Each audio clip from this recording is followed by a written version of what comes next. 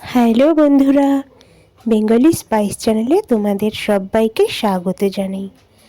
আজকে আমি তৈরি করেছি খুব সহজ আর সুস্বাদু একটি রেসিপি, পোহা। তাহলে চলো রেসিপিটি তোমাদের সাথে শেয়ার করি।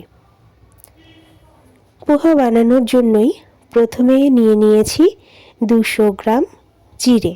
এই জিরেটা কিন্তু শক্ত আর লম্বা, নরম জিরে হলে কিন্তু চলবে না, পুরোটাই ঘেঁটে যাবে।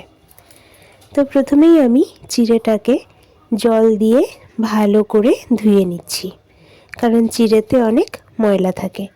তো যতক্ষণ ময়লা বার হবে ততক্ষণই আমি চিড়েটাকে ভালো করে ধুয়ে নেব।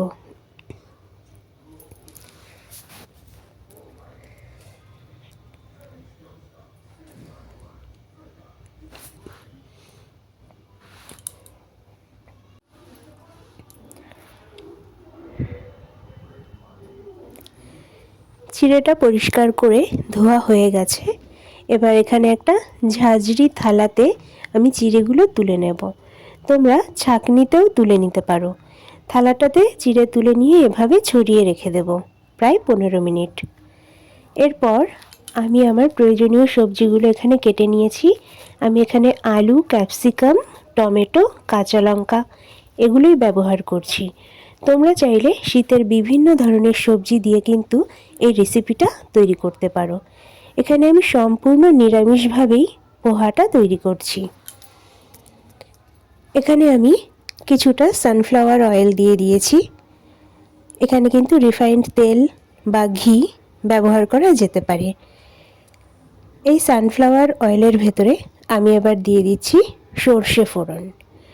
সর্ষেটা যখন ভালোভাবে ফেটে যাবে তখন এর ভেতরে দিয়ে দেব কাঁচা কারি পাতা।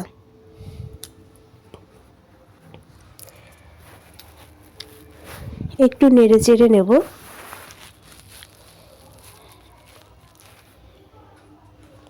এরপর দিয়ে দেব কিছুটা পরিমাণে চিনেবাদাম। বাদামগুলো ভালো করে ভেজে নেব।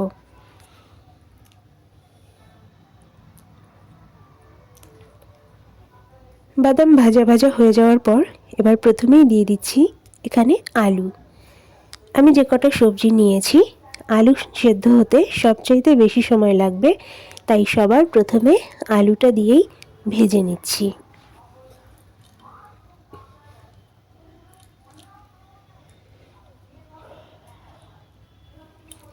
এবার দিয়ে দিচ্ছি পরিমাণ মতো নুন।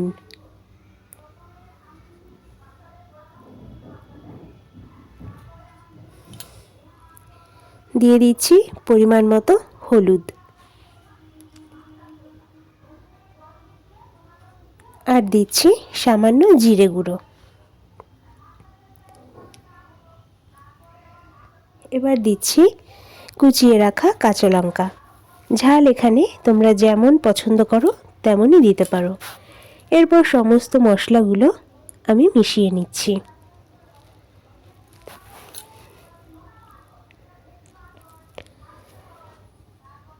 হলুদের কাঁচা গন্ধটা যখন চলে যাবে তখনই দিয়ে দেব টমেটো। টমেটোটা দিয়ে কিছুক্ষণ ভেজে নেওয়ার পরে সবশেষে দেব কুচিয়ে রাখা ক্যাপসিকাম। ক্যাপসিকামটা সবার শেষে দিচ্ছি, কারণ ক্যাপসিকামটা একটু ক্রাঞ্চি থাকলেই ভালো লাগে।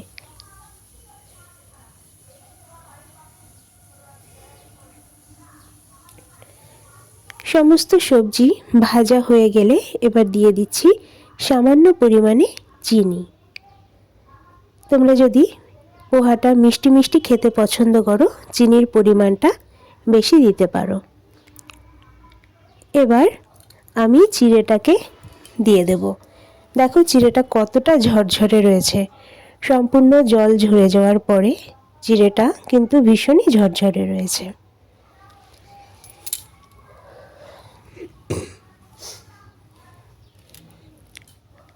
এবার চিড়েটাকে ভালোভাবে মিশিয়ে নিতে হবে।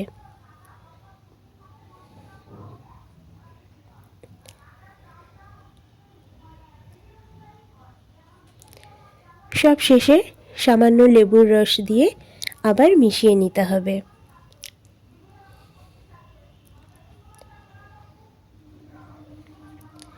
দেখো এখানে কিন্তু পোহা তৈরি শেষ হয়ে গেছে। আমি এখানে সার্ভ করে দিচ্ছি কিছুটা পরিমাণে ডালিমের দানা দিয়ে, যেটা দেখতেও খুবই সুন্দর লাগে আর খেতেও কিন্তু ভীষণই সুস্বাদু।